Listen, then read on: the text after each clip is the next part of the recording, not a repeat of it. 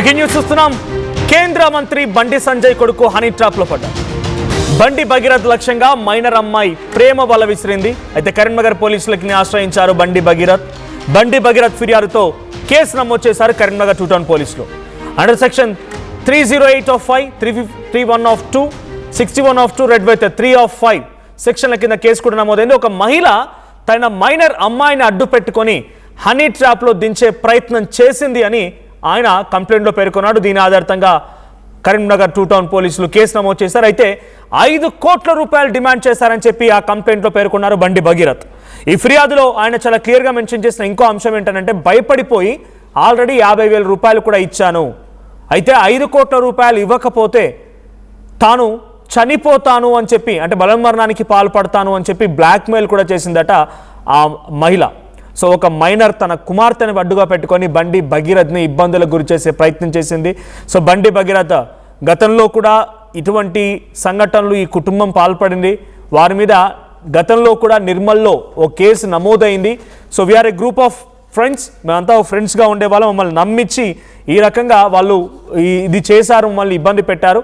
So నన్ను పదే పదే ఇబ్బందులు పెడుతూ ఉండేవారు, డబ్బులు అడుగుతూ ఉండేవారు, 5 కోట్ల రూపాయలు ఇవ్వకపోతే చనిపోతాము నీ పేరు రాసి అని చెప్పే రకంగా వాళ్ళు బ్లాక్మెయిల్ కూడా చేస్తున్నారని బండి భగీరథ్ పేర్కొన్నారు. సో ఆ ఎఫ్ఐఆర్ కాపీ కూడా మీకు ఆర్టీవీ స్క్రీన్పై కనబడుతుంది. Under section 308 of 5, 351 of 2, 61 of 2, red with 3 of 5 ఈ సెక్షన్ల కింద కరీంనగర్ 2 టౌన్ పోలీసులు ఎఫ్ఐఆర్ నమోదు చేశారు. అయితే ముగ్గురు పైన, ఆ కుటుంబంలో ముగ్గురు పైన బండి భగీరథ్ కంప్లైంట్ ఇచ్చారు. అటు తండ్రి, తల్లి అండ్ అమ్మాయి ముగ్గురు పైన కంప్లైంట్ ఇచ్చారు. సో వాళ్ళు గతంలో ఆయన ఆ కంప్లైంట్లో చూస్తే, under the guise of friendship and social association they invited me and my friends and family friends to their family functions. So group of ఫ్రెండ్స్గా ఉన్నాము, అంతవరకు బాగానే ఉంది. మమ్మల్ని చాలా వరకు నమ్మించే ప్రయత్నం చేశారు. వాళ్ళ ఇంటికి పిలిచేవారు, వాళ్ళతో పాటుగా ఫంక్షన్స్కి, వాళ్ళ ఫ్యామిలీ ఫంక్షన్స్కి వెళ్ళే వాళ్ళము.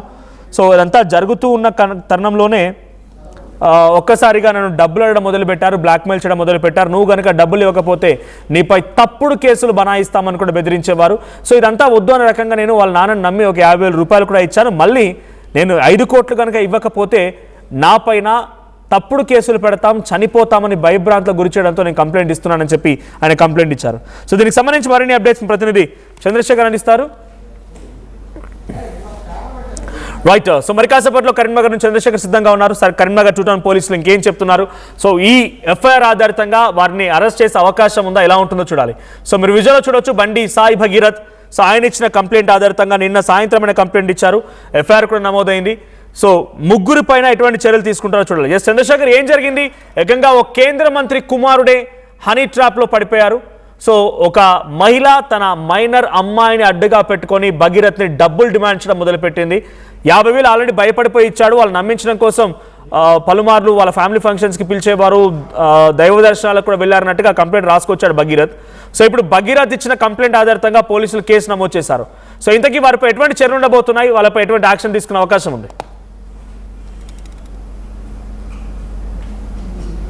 బండి సంజయ్ కుమారుడు Sai Bhagirath Karimnagar 2 town police station లో ఫిర్యాదు హైదరాబాద్ చెందినటువంటి ఒక ఫ్యామిలీ వాళ్ళకు సంబంధించినటువంటి పేర్లను మెన్షన్ చేస్తూ వాళ్ళకు కామన్ ఫ్రెండ్ ద్వారా పరిచయమైనటువంటి నేపథ్యంలో పలుమార్లు ఫంక్షన్లకు వెళ్ళాము, తిరుమల తిరుపతి అలాగే అరుణాచలం లాంటి ప్రాంతాలకు వెళ్ళాము, వాళ్ళు కలిశాము. దీనిలో భాగంగా తమ కూతుర్ని వివాహం చేసుకోమని చెప్పి తన పైన ఒత్తిడి తెచ్చారు. దీనిలో భాగంగా నేను రిసీవ్ చేశాను. ఈ క్రమంలోనే ఒక 50,000 రూపాయలు సైతం ఇవ్వడం జరిగింది అని చెప్పి ఆ ఫిర్యాదులో పేర్కోవడం జరిగింది. తనకి హాని ప్రాప్తి గురి చేశారు, తనని బెదిరించారు. 5 కోట్ల రూపాయలు ఇవ్వాలి, లేదంటే నేను అటెంప్ట్ చేశాను, సూసైడ్ అటెంప్ట్ చేశాను, బలవన్మరణానికి పాల్పడతానని చెప్పేసి బెదిరించారు. దీనిలో భాగంగా తనని ఎక్స్టార్షన్ చేస్తున్నారు, భయభ్రాంతులకు గురి చేస్తున్నారు, బ్లాక్మెయిల్ చేస్తున్నారు అనేటువంటి విధంగా కంప్లైంట్ ఇవ్వడం జరిగింది. దీనిలో భాగంగా ఎఫ్ఐఆర్ నమోదు చేయడం జరిగింది. 351, 261, 308 లాంటి పలు సెక్షన్లు, బిఎన్ఎస్ సెక్షన్ల ప్రకారము ఫస్ట్ ఇన్ఫర్మేషన్ రిపోర్ట్ లో కరీంనగర్ 2 టౌన్ పోలీసులు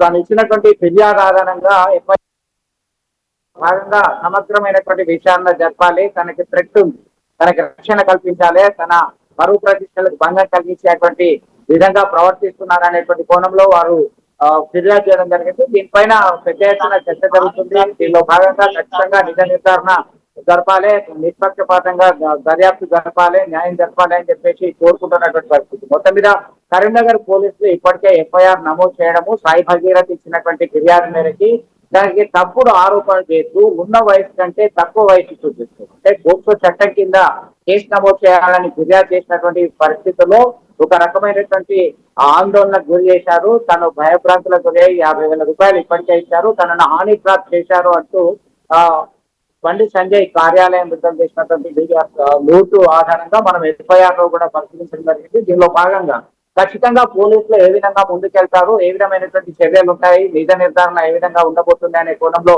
పెద్ద ఎత్తున చర్చ జరుగుతుంది. భారత ప్రధానమంత్రి నరేంద్ర మోడీ హైదరాబాద్ పర్యటన నేపథ్యంలో ఇలాంటి ఆరోపణలు ఎదుర్కోవడము, దీనిపైన కేసు నమోదు చేయడము, పరస్పర ఆరోపణలు ప్రత్యారోపణలు జరుగుతున్నటువంటి నేపథ్యంలో సర్వత్రా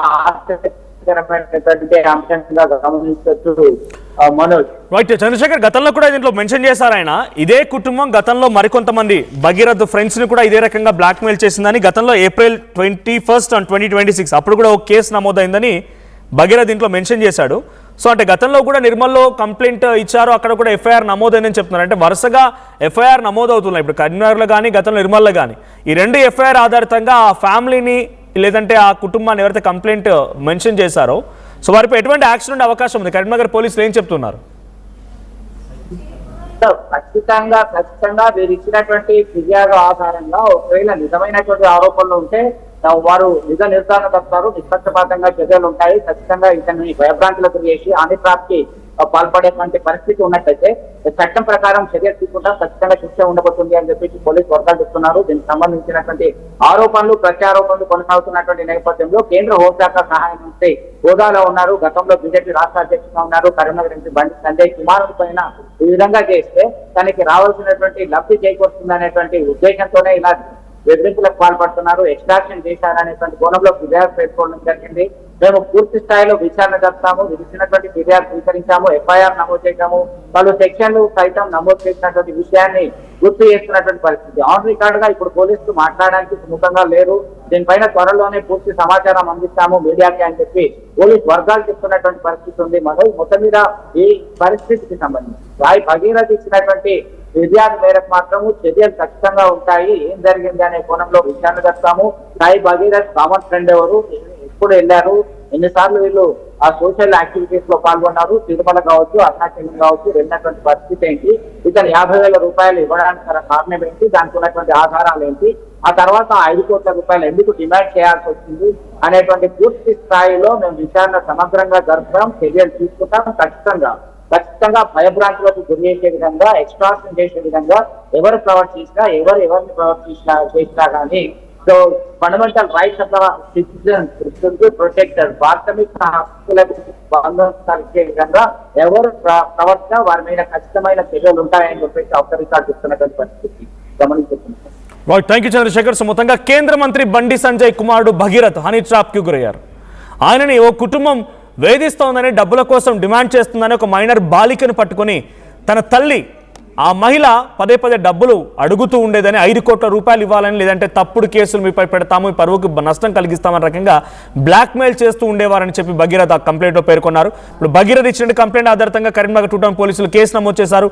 3పై కేసు నమోదైంది. అటు ఆ కుటుంబం మొత్తం కూడా ఇప్పుడు ఈ ఎఫ్ఐఆర్లో పలు సెక్షన్ల కింద కేసు ఎదుర్కొంటున్నారు. గతంలో కూడా ఏప్రిల్లో నిర్మల్ పోలీస్ స్టేషన్లో కూడా కేసు నమోదైందన్నట్టుగా ఇటు భగీరథ్ కంప్లైంట్ రాసుకొచ్చారు. సో ఇప్పుడు ఈ కంప్లైంట్ ఆధారంగా పోలీసు ఎటువంటి ఇన్వెస్టిగేషన్ చేస్తారో చూడాలి. ఆ హనీ ట్రాప్ జరిగిందా, ఏ రకంగా జరిగింది, ఈ హనీ ట్రాప్లో ఇంకా ఎవరైనా ముఠా ఉన్నారా, బండి భగీరథ్ వాళ్ళ ఫ్యామిలీతో ఫ్యామిలీ ఫంక్షన్స్కి లేకపోతే గ్రూప్ ఆఫ్ ఫ్రెండ్స్గా ఉండే వాళ్ళము, వాళ్ళ రెగ్యులర్గా వాళ్ళ ఫంక్షన్స్కి బట్టి అటెండ్ అయ్యే వాళ్ళమని చెప్తున్నారు. సో ఇవన్నింటినీ కూడా ఇన్వెస్టిగేషన్ చేసే అవకాశం ఉంది. మరి ఈ కేసులో ఎటువంటి నిజాలు బయటపడతాయో చూడాలి.